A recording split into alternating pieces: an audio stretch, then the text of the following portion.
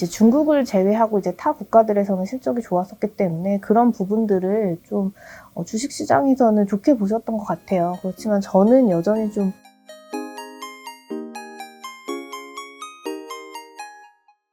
네, 안녕하세요. 하나금융투자에서 음식료, 담배, 건기식 업종을 담당하고 있는 심은주입니다. 오늘은 제가 최근에 인덱스 자료를 하나 작성했었는데, 언론 보도 많이 보셨을 거예요. 최근에 이제 식료품 상승이 만만치가 않은데, 관련해서 업종에는 어떤 영향이 있는지를 좀 알아보도록 하겠습니다. 엔겔 지수라고 아마 들어보셨을 건데요. 엔겔 지수가 지금 20년 만에 사상 최고치를 기록했다라는 언론 보도를 아마 보셨을 겁니다. 한 2년 동안 대략 한 150bp 정도 상승을 해서 상당히 좀 가파르게 상승을 하고 있고요. 외식 물가도 최근에 체감적으로 많이 느끼실 것 같은데 연초 이후에 대략 다 10% 가까이 좀 상승을 한 상황입니다.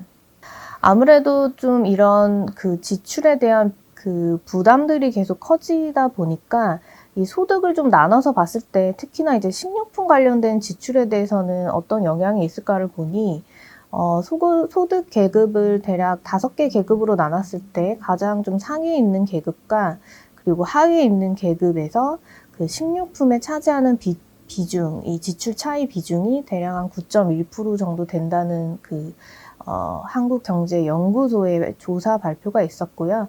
이 말은 당연히 이제 저소득일수록 이제 식료품 이 지출에 대한 부담이 좀 더 크다. 이렇게 좀 해석을 하시면 될 것 같아요. 그래서 이렇게 좀 인플레이션이 전례 없이 발생하고 있다고 보니 식품 소비 같은 경우에는 사실 필수 소비재임에도 불구하고 식품 소비에서도 양극화 트렌드가 좀 형성이 되고 있는 것 같습니다. 무슨 말이냐 즉슨 아예 이제 프리미엄 쪽으로 좀 포커싱이 되어 있는 업체들이거나 혹은 가성비로 좀 승부를 보고 있는 업체들로 수요가 이렇게 쏠린다는 말이 될 것 같고요. 중간에 있는 조금 브랜드 이 타겟팅이 애매한 업체들일수록 점유율이 좀 빠지고 있는 그런 트렌드가 나오고 같습니다.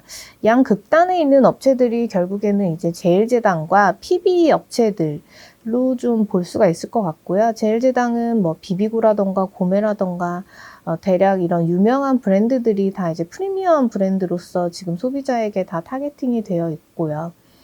최근에 이제 그동안 좀 그렇게 고급 어떤 소재로서 각광받지 않았던 만두라던가 이제 피자까지도 상당히 좀 고급화에 성공한 업체라고 볼 수가 있겠죠. 그리고 유통업체들의 이런 PB 제품들이 최근에 많아지고 있는데 뭐 이를테면은 뭐 이마트의 피코크 같은 것들이 있을 것 같고요.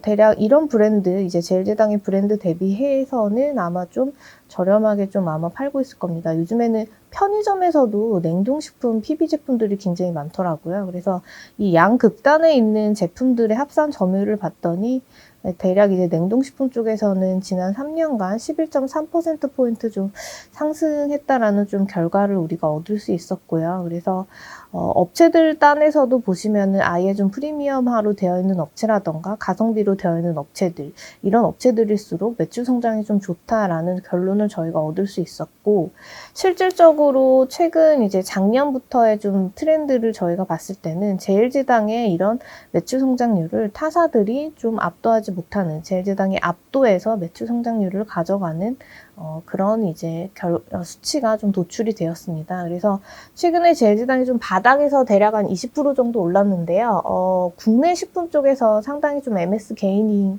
하고 있는 속도가 좀 빨라졌다고 보시면 될 것 같고요.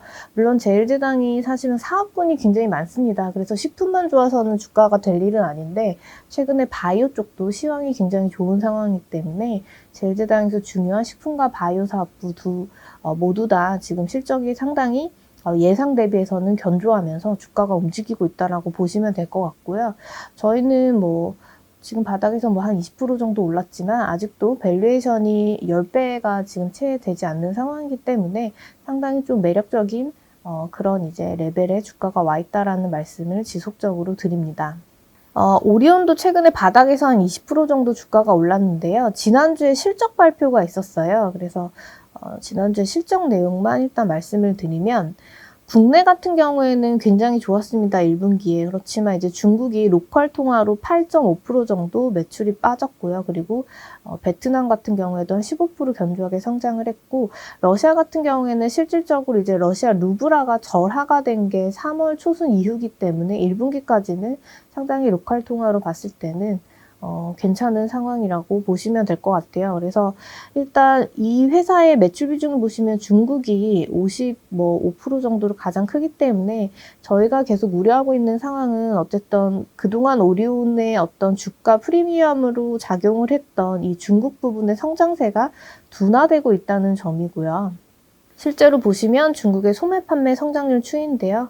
식품 성장률, 이 소매 판매 성장률도 둔화된 모습을 보실 수가 있으실 겁니다.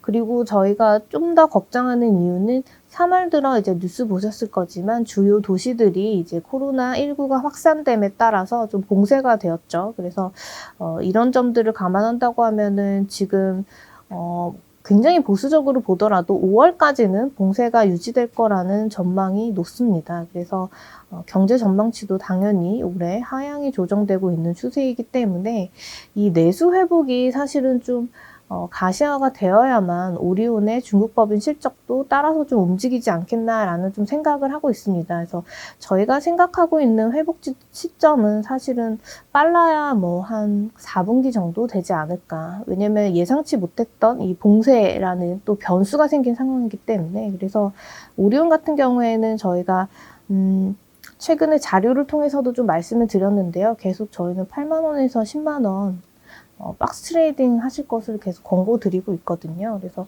최근에 오리온은 이제 실적 발표 이후에 이제 중국을 제외하고 이제 타 국가들에서는 실적이 좋았었기 때문에 그런 부분들을 좀 주식시장에서는 좋게 보셨던 것 같아요. 그렇지만 저는 여전히 좀 조심스러운 부분이고 어찌되었던 이 주가가 계속해서 가기 위해서는 추세적으로 가기 위해서는 중국이 분명히 좀 회복이 돼야 되는 상황이다라는 말씀을 드립니다. 그래서 대형주 쪽에서는 저희는 지속적으로 좀 제일제당 쪽이 오히려 조금 편안한 선택이 될 수 있다는 말씀을 드립니다. 이상입니다.